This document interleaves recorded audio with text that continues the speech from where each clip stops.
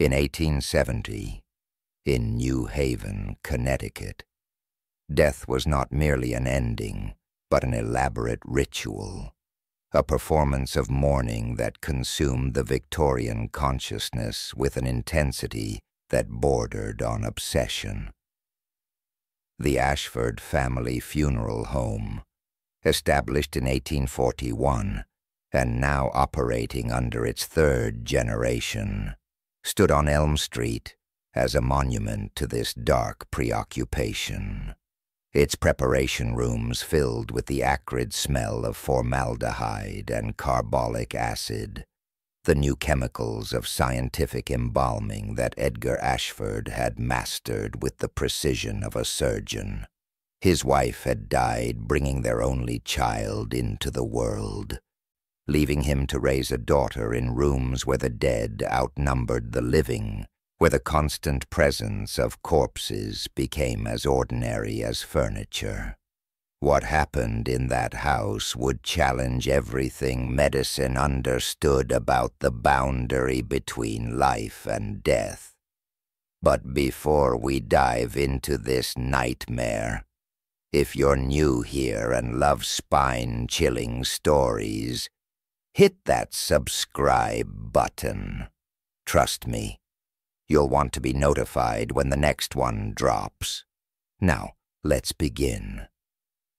Eleanor Ashford was 16 years old in the spring of 1873, and the surviving parish records describe her with an unsettling precision that suggests those who knew her struggled to reconcile what they saw with what they felt in her presence. Unusually composed for one so young, yet possessed of a melancholic disposition that seemed to extend beyond mere grief into something deeper, something that existed in her bones.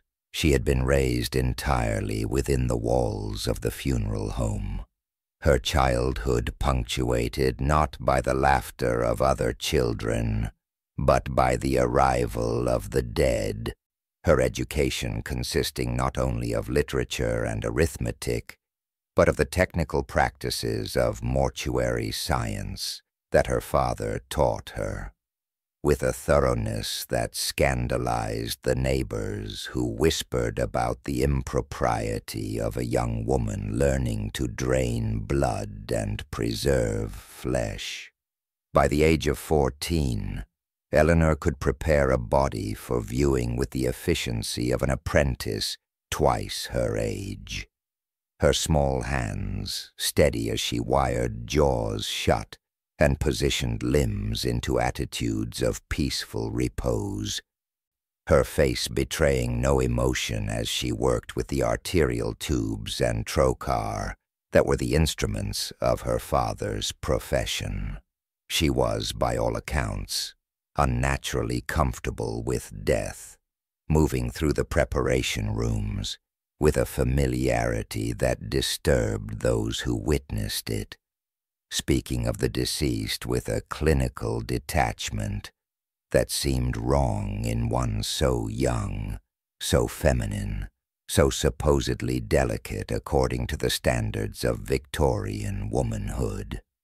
The neighbors on Elm Street avoided her when she walked to the market, crossing to the other side of the street as though death itself clung to her skirts, as though the smell of embalming fluid had soaked so deeply into her skin that no amount of washing could remove it.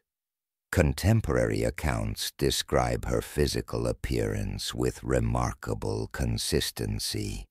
Pale to the point of translucence, with dark hair she wore in a severe bun that made her seem older than her years, eyes that one witness described as the color of smoke, neither blue nor gray, but something in between, something that seemed to look through you rather than at you. She had no friends her own age, no suitors despite her father's modest wealth and respectability. no life outside the walls of the funeral home that had become both her home and her prison. Her daily routine was documented in a letter written by a concerned aunt who visited in 1872. Rising at dawn to help her father with the morning preparations, spending afternoons reading medical texts in the parlor where viewings were held, evenings assisting with new arrivals or maintaining the equipment and supplies. She was in every measurable way a normal young woman being trained in an abnormal profession, isolated by circumstance and choice. Her future as predetermined as the bodies she helped prepare. But something was being cultivated in that isolation, something that neither she nor her father could have anticipated, something that would transform her from a mortician's unusual daughter into something that medical science could not explain, and that history would struggle to believe. On March 17th, 1873, the body of Thomas Aldridge arrived at the Ashford funeral home in the early afternoon, carried by two men who explained in hushed tones that the deceased, a clerk of 34 years employed by the Hartford and New Haven Railroad, had collapsed at his desk without warning, dead before the company physician could even be summoned. Edgar Ashford examined the body with his practiced eye, noting the lack of obvious trauma, the slight bluish tint to the lips that suggested a failure of the heart or lungs, and directed Eleanor to begin preparing the washing station while he mixed the arterial fluid in the precise ratios he had perfected over 2 decades of practice. The preparation room was cold despite the spring afternoon, kept deliberately chilled to slow decomposition, and Eleanor worked with her usual efficiency, helping her father position the body on the porcelain table, removing the clothing with the methodical care that preserved dignity even in death, washing the pale flesh with carbolic soap before her father made the incision in the carotid artery and began the slow process of drainage and injection that would preserve Thomas Aldridge long enough for his family to make their farewells. She was holding the basin to catch the dark blood that gravity pulled from the corpse, watching the chemical mixture gradually replace what had once carried life through his veins, when she heard it, a single word, whispered so softly that at first she thought it was the sound of fluid moving through dead tissue, the gurgle of displacement that sometimes accompanied the embalming process. But then it came again, clearer this time, unmistakable in its articulation. Sarah. Eleanor's hands jerked involuntarily, nearly spilling the basin, and her father glanced at her with concern, asking if she was well, but she nodded quickly and steadied herself, telling him it was nothing, just a moment of dizziness from the chemical fumes. The name hung in the air between them, unheard by Edgar, impossible and yet so perfectly clear in Eleanor's mind that she could recall the exact timbre of it, the masculine quality of the voice, the desperate softness of the pronunciation. She said nothing, returning to her work with forced composure. But her heart was hammering against her ribs with a violence that made her breathless, her mind racing through rational explanations, exhaustion from poor sleep, the effects of prolonged exposure to formaldehyde vapors, the power of suggestion after years of working with the dead. She must have imagined it, she told herself, must have created the sound from the ambient noises of the preparation room, the hiss of gas lamps, the settling of the building, the internal sounds of a corpse being chemically transformed. Her father noticed nothing unusual, completing the procedure with his customary precision, and Eleanor assisted him in dressing the body and arranging it in the viewing casket without betraying the tremor in her hands. That night, alone in her room above the preparation chambers, Eleanor lay awake staring at the ceiling, replaying the moment again and again, questioning her sanity, wondering if the isolation and the constant proximity to death had finally fractured something essential in her mind. She heard nothing more, only the ordinary sounds of the house settling around her, and eventually convinced herself that it had been nothing, a trick of exhausted senses, a momentary delusion that would not repeat itself. She was wrong. Over the following weeks it happened again, and then again, and the fragmentary records that survive from Eleanor's journal, discovered decades later in a sealed trunk in a Hartford attic, reveal the progression of her experience with a precision that makes the impossibility of it all the more disturbing. On March 24th, during the preparation of Mrs. Adelaide Hoffman, age 67, Eleanor heard the word cold repeated 3 times in a thin, reedy voice that seemed to come from somewhere inside the corpse itself. On April 2nd, while assisting with the embalming of a young boy who had succumbed to scarlet fever, she heard Mama whispered with such desperate longing that she had to excuse herself from the preparation room and vomit in the alley behind the building. The pattern was undeniable. Every body that came through the funeral home seemed to carry with it a voice, sometimes barely audible, sometimes startlingly clear, always speaking in fragments that suggested not the eloquent dead of Gothic literature, but something far more unsettling, the confused remnants of consciousness that had not yet fully released its grip on flesh.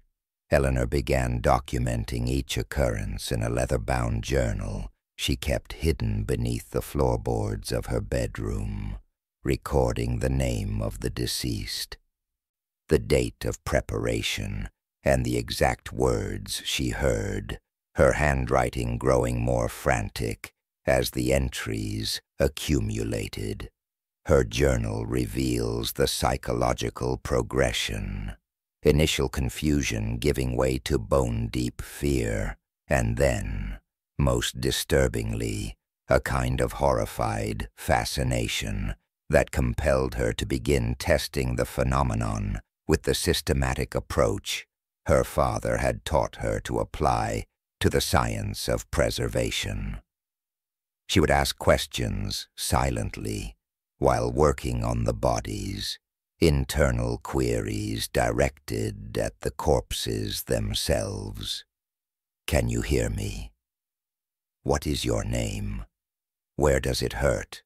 Sometimes there was no response, only the ordinary silence of death, but other times fragments would come, not always answering her questions directly, but responding in ways that suggested some form of rudimentary communication was occurring.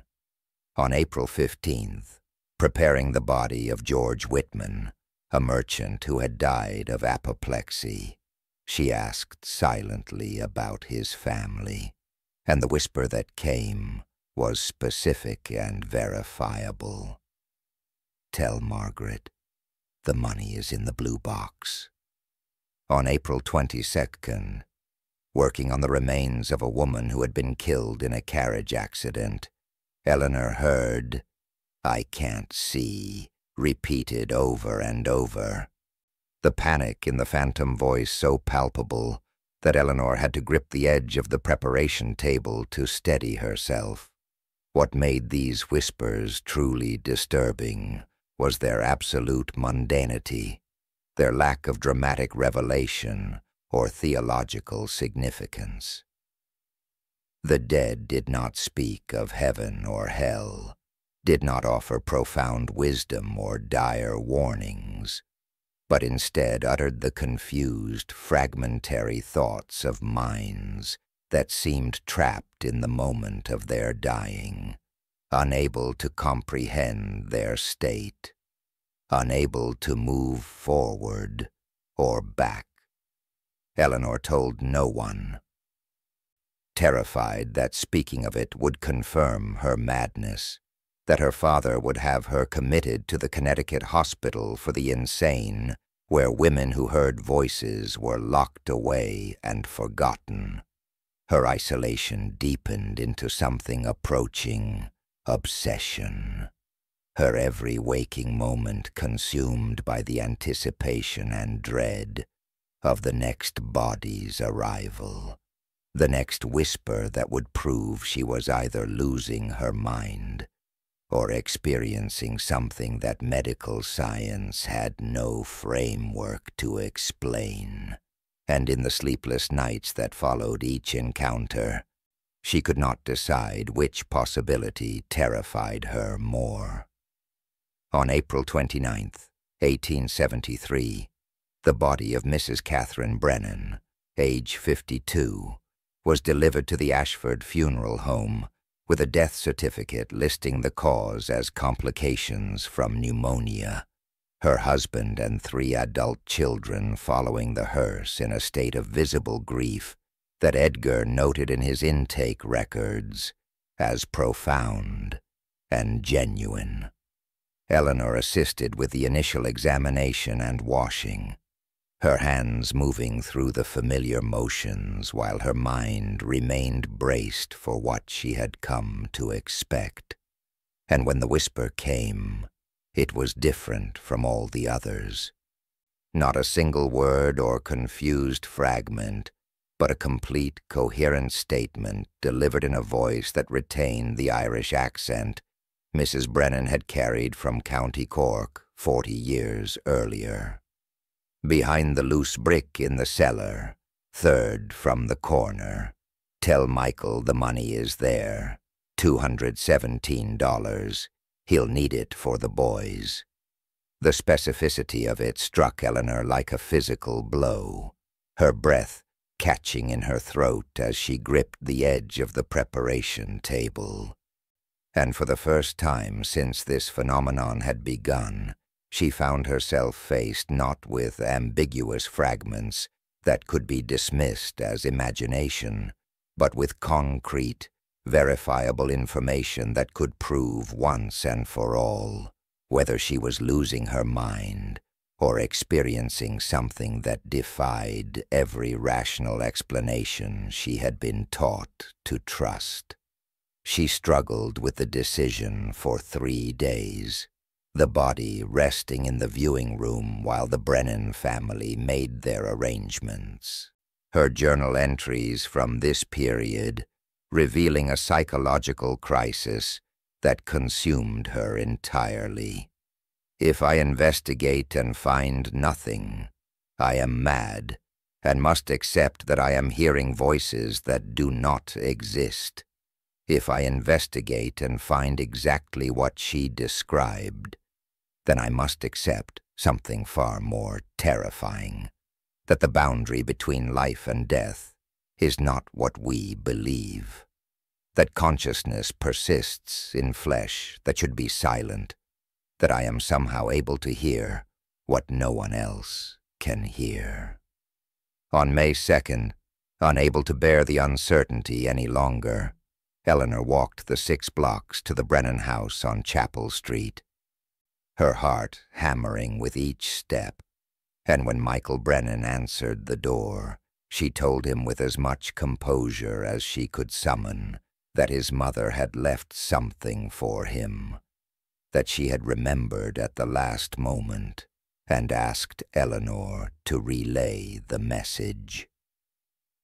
The confusion on his face turned to skepticism, but Eleanor repeated the instructions exactly as she had heard them, and when he descended into his cellar and returned 15 minutes later with his hands trembling and his face drained of all color, holding a canvas bag that contained exactly $217 in bills and coins hidden behind a loose brick that even he had not known was removable, Eleanor felt the last fragile threads of rational explanation snap inside her mind. This was not madness, not coincidence, not the power of suggestion or the effects of chemical exposure. The dead were speaking to her, and she alone could hear them. She returned to the funeral home in a state of numb shock, her worldview shattered, her understanding of reality fundamentally altered, and she knew with absolute certainty that she could not carry this burden alone any longer, that she must tell her father and pray that he would believe her rather than commit her to an asylum. Because the alternative was to continue in isolation with a gift or curse that was growing stronger with each body that arrived. Each whisper that proved the impossible was not only possible, but undeniably, terrifyingly real. On the evening of May 3rd, 1873, Eleanor entered her father's study, where he was reviewing the account ledgers and spoke the words that would irrevocably alter both their lives. "Father, I need to tell you something, and you will think I have lost my mind, but I swear to you on Mother's memory that what I am about to say is the absolute truth." Edgar Ashford's initial reaction, documented in a letter he wrote to his brother but never sent, discovered among his papers after his death, was exactly what Eleanor had feared. Profound concern for his daughter's mental state, the immediate worry that the isolation and morbid nature of her upbringing had finally manifested in delusions that would require professional psychiatric intervention. He listened to her explanation with growing alarm, her claims about hearing the dead speak seeming to confirm his worst fears. But when she offered to demonstrate, when she told him that the body currently resting in the preparation room, a railroad worker named James Donnelly, who had been killed in a switching accident that very morning, had whispered specific information about his life that she could not possibly know through any normal means. Edgar felt his scientific skepticism war with his desperate hope that his daughter was not descending into madness. She told him that James Donnelly had a sister named Ruth living in Boston, that he had been saving money to visit her, that the savings were hidden in a tobacco tin under the floorboards of his boarding house room, that he had been planning to leave on the train the very next week. Edgar investigated with the methodical thoroughness he applied to his mortuary work, visiting the boarding house, speaking with the landlady, and when he pried up the floorboard and found the tobacco tin containing $37 and a train ticket to Boston, dated May 10th. When he traveled to the telegraph office and confirmed through railway records that James Donnelly did indeed have a sister named Ruth residing on Beacon Street, his worldview shattered with a completeness that left him standing in the telegraph office, unable to move, unable to breathe, unable to reconcile 25 years of rational scientific practice with the impossible reality that his daughter was somehow communicating with the dead. He was a man who understood death through chemistry and anatomy, who had built his reputation on the modern scientific approach to preservation that rejected superstition and embraced the cold logic of arterial injection and tissue fixation. And now he was confronted with evidence that consciousness persisted beyond the cessation of brain function, that some aspect of the human being remained tethered to flesh, even after every medical definition of life had been extinguished. The theological implications terrified him even more than the medical ones. If the dead could speak, what did that mean for the soul, for heaven, for the entire framework of Christian belief that promised peaceful rest to the faithful?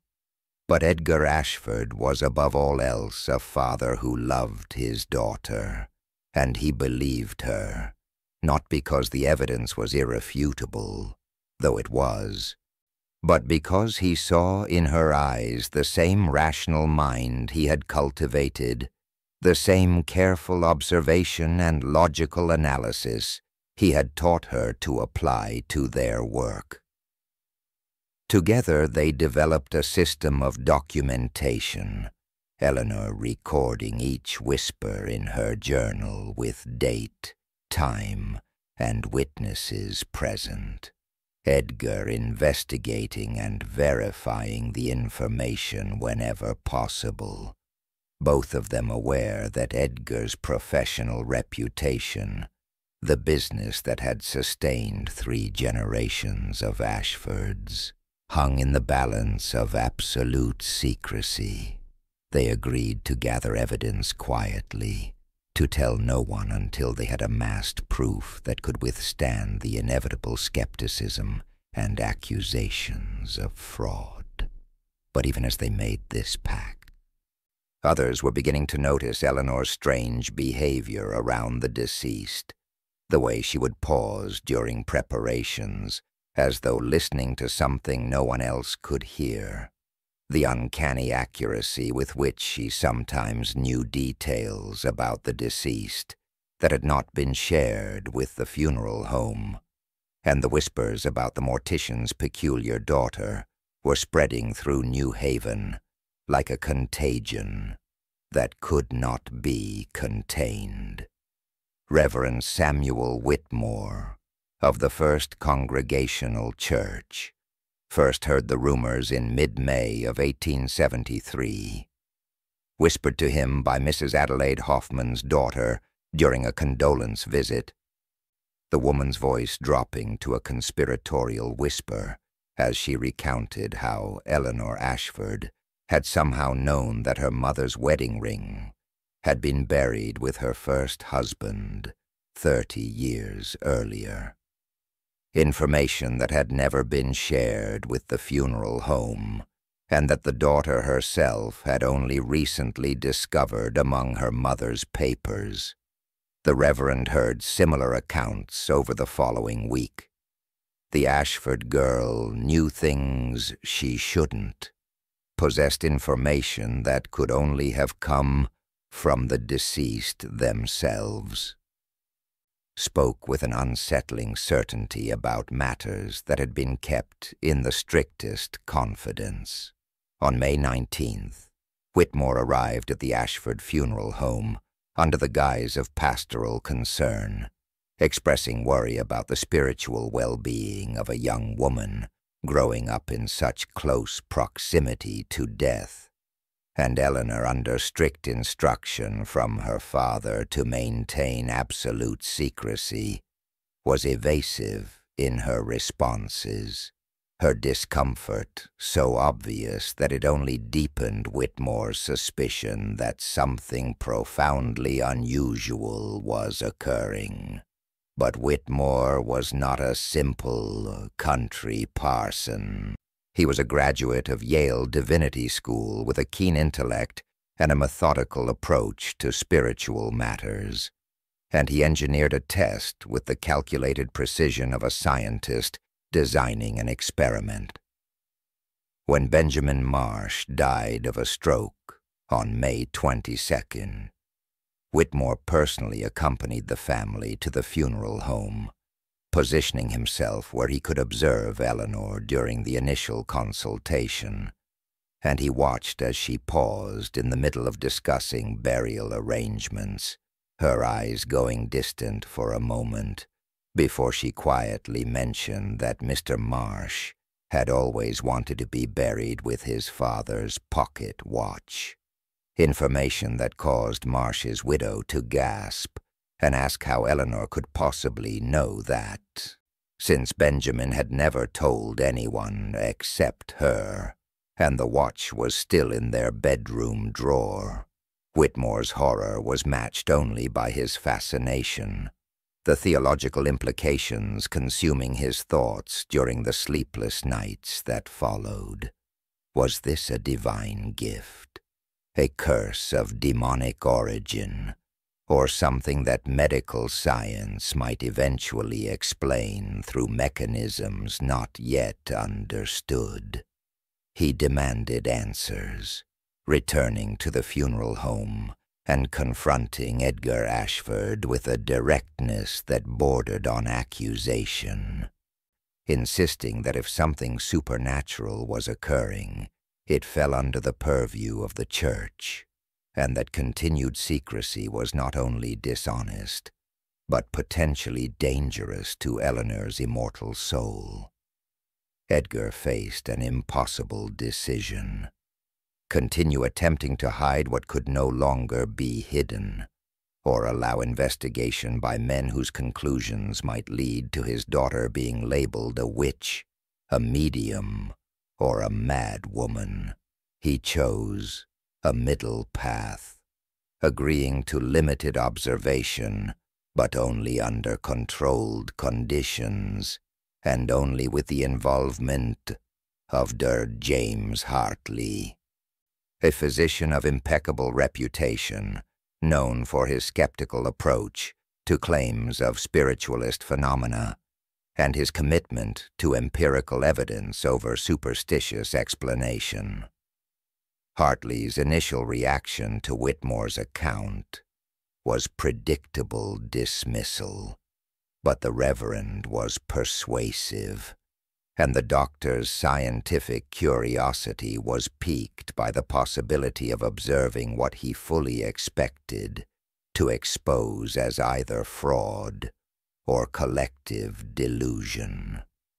On May 28, 1873, they convened in Edgar Ashford's study to plan a formal observation, an experiment that would either validate Eleanor's impossible ability or reveal the rational explanation that Hartley was certain must exist. And none of them could have anticipated that what they were about to witness would challenge not only their individual beliefs, but the very foundations of what they understood about the nature of consciousness, death, and the terrible possibility that the boundary between them was far more permeable than anyone had dared to imagine. On May 24th, 1870, in the preparation room of the Ashford funeral home, an experiment was conducted that would be documented in fragments of Dr. James Hartley's medical notes, pages that survived despite apparent attempts to destroy them, notes written in a hand that grew increasingly unsteady as the observations progressed. 3 bodies had been selected with meticulous care.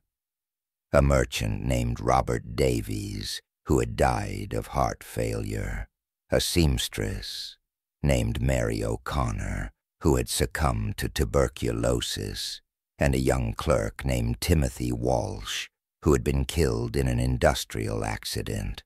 For each deceased, family members had provided sealed envelopes containing specific information that only the deceased could have known, details verified by witnesses and locked away until the moment of revelation.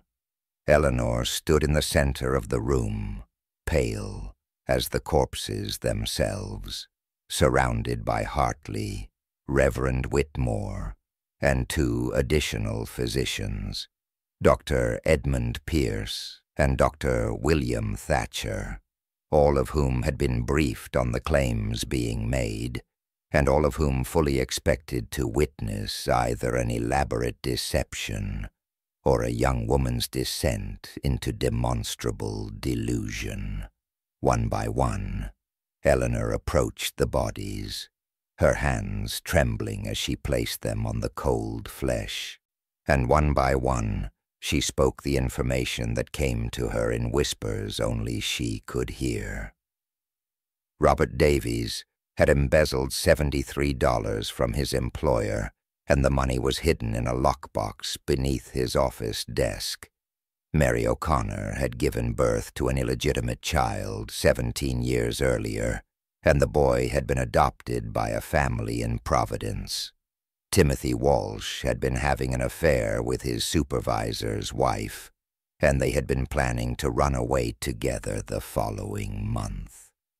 The sealed envelopes were opened with hands that shook despite their owners' attempts at clinical detachment, and the information inside matched Eleanor's statements with an accuracy so perfect, so impossibly precise, that the room fell into a silence so profound that the only sound was the hiss of the gas lamps and the ragged breathing of men whose entire understanding of reality was collapsing around them. They attempted every rational explanation their medical training could provide. Fraud. But Eleanor had been under constant observation with no opportunity for prior investigation. Cold reading. But the information was too specific and too verifiable. Prior investigation. But the sealed envelopes had been prepared that very morning, and the families had been interrogated about who might have known the information, and all possibilities had been systematically eliminated. There was no rational explanation, and as this realization settled over the assembled observers like a funeral shroud, Eleanor collapsed to her knees, her composure finally shattering under the weight of what she could no longer deny or control. The whispers, she told them in a voice that broke with each word, were becoming constant now. An endless chorus that grew louder with each corpse that entered the building, voices overlapping and crying out and demanding to be heard until she could no longer distinguish between the living and the dead, between the world of flesh and the world of spirits that seemed to be bleeding into each other through her consciousness, like ink spreading through water. She could not shut them out anymore, could not find silence, even in sleep, because every body in the viewing room spoke to her simultaneously, their fragmentary thoughts and desperate messages creating a cacophony that was driving her toward a madness that she could feel approaching like a winter storm, inevitable and all-consuming. Dr. Hartley's notes end with a single line written in letters so jagged they barely form words. God help us. It is real, and she is being destroyed by it. On June 3rd, 1873, Eleanor Ashford vanished from her bedroom above the preparation chambers. disappearing sometime between midnight and dawn without sound or struggle, leaving behind only an empty room and the absence of her leather-bound journal that had contained the documented evidence of her terrible gift. Edgar Ashford discovered her absence at 6 in the morning when he went to wake her for the day's work, finding her bed made with military precision, her few possessions still in their places, but the floorboard beneath which she had hidden her journal pried up, and the space beneath it empty.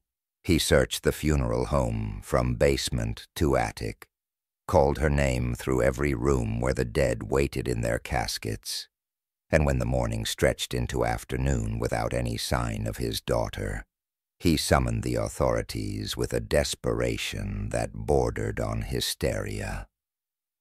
The New Haven police conducted a thorough investigation, documented in records that still exist in the city archives, interviewing neighbors who had seen nothing unusual, searching the surrounding area for any trace of the missing girl, examining the funeral home for evidence of foul play or forced entry, and finding absolutely nothing that could explain where Eleanor Ashford had gone or why. Theories circulated through the community with the speed of scandal. She had run away to escape the morbid circumstances of her life. She had taken her own life in a moment of despair, and her body would eventually be found in the harbor or the woods. She had been secretly institutionalized by her father, who could no longer cope with her deteriorating mental state. But no evidence supported any of these explanations, and as the weeks turned to months without resolution, the case of Eleanor Ashford became one more unsolved disappearance in a century full of them. A young woman who had simply ceased to exist as though she had never been real at all.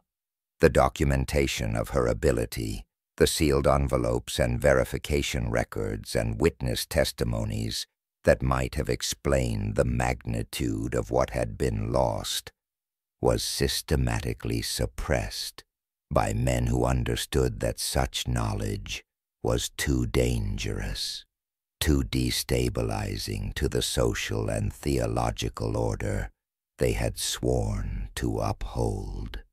Reverend Whitmore and Dr. Hartley met in private and agreed, in a pact that both men documented in letters that were only discovered after their deaths, to never speak publicly of what they had witnessed, to deny any unusual circumstances if questioned, to allow Eleanor Ashford to be remembered as nothing more than a mortician's peculiar daughter who had tragically disappeared. The Ashford funeral home closed within the year. Edgar, unable to continue working in the rooms where his daughter's voice still seemed to echo, where every body that arrived brought with it the reminder of the gift that had destroyed her. He died in 1817, 6 years after her disappearance, never knowing what had happened to Eleanor, his final diary entry expressing the hope that wherever she was, she had finally found the silence she had been seeking. The aftermath was one of destroyed reputations and sealed records, of deliberate forgetting, orchestrated by men who feared the implications of what they had witnessed. And within a generation the story of Eleanor Ashford had faded into obscurity, dismissed as local legend, if remembered at all. But one detail survived in the fragmented records of 3 different asylums scattered across Connecticut, a detail that was not connected to Eleanor's case until researchers began examining the archives more than a century later, in the summer and fall of 1870. Each of these institutions admitted a young woman whose name was recorded differently in each location, but whose description matched Eleanor's with unsettling consistency, and whose primary symptom was documented with identical language in all 3 medical reports. She screamed constantly about voices that only she could hear, the voices of the dead who would not stop speaking, and no treatment or restraint could bring her peace or silence. The surviving documents surfaced over the course of several decades, discovered in attics and archive boxes and estate sales across New England, fragments of a story that had been deliberately suppressed but could not be entirely erased. Eleanor's journal pages found in a Hartford trunk in 1947. Dr. Hartley's medical notes discovered among his grandson's papers in 1963. Parish records and police reports uncovered by local historians in the 1980s who had no idea they were piecing together evidence of something that challenged every assumption about the boundary between life and death. Medical historians and parapsychologists have examined the case with the analytical tools of modern investigation, subjecting the documents to forensic analysis, carbon dating, handwriting verification, and cross-referencing the verifiable claims against historical records. And while some dismiss the entire affair as elaborate fraud or shared psychosis, others point to the consistency of the documentation, the credibility of the witnesses, and the absence of any clear motive for deception as evidence that Eleanor Ashford experienced something that medical science still cannot adequately explain. The theories range from the prosaic to the paranormal, mass hysteria amplified by the Victorian obsession with death and spiritualism, an elaborate hoax perpetrated by Eleanor and her father for reasons that died with them, or a genuine unexplained phenomenon that suggests consciousness may persist in ways that contradict our understanding of neurology and the cessation of brain function. But one detail haunts researchers with an intensity that defies rational dismissal. In 1924, exactly 51 years after Eleanor's disappearance, a woman matching her description was photographed at the Whitman Funeral Home in Brattleboro, Vermont, standing in the background of a family viewing, her face partially obscured, but her distinctive features, the dark hair and smoke-colored eyes, clearly visible in the aged photograph that now resides in the Brattleboro Historical Society archives. The woman in the photograph appears to be no older than 20, exactly as Eleanor would have looked in 1870, a detail that should be impossible, but exists in silver halide and paper for anyone to examine. And funeral directors across New England, when questioned by researchers, report the same legend passed down through generations of their profession. A woman who occasionally appears at their establishments, always alone, always at dusk, asking in a quiet voice if she might sit with the dead for a time, if she might keep them company in their transition. She never gives her name, never explains her purpose, and when the funeral director returns after granting her request, she is always gone, leaving no trace except the unsettling sensation that something profound has occurred in the preparation room, that some communication has taken place beyond the hearing of the living. Whether Eleanor Ashford found peace in her disappearance, whether she took her own life to escape the voices that tormented her, or whether she discovered some way to exist between worlds, serving as an eternal intermediary between the living and the dead, remains unknown and perhaps unknowable. The case of the mortician's daughter who heard corpses whisper stands as a reminder that there are phenomena at the edges of human experience that resist easy explanation, that some abilities, once manifested, may be impossible to escape or control, and that the dead, perhaps, never truly stop speaking. Most of us simply lack the terrible gift to hear them, and perhaps that mercy, that deafness to the whispers of the departed, is the only thing that allows the living to remain sane in a world where death is not the ending we desperately need it to be.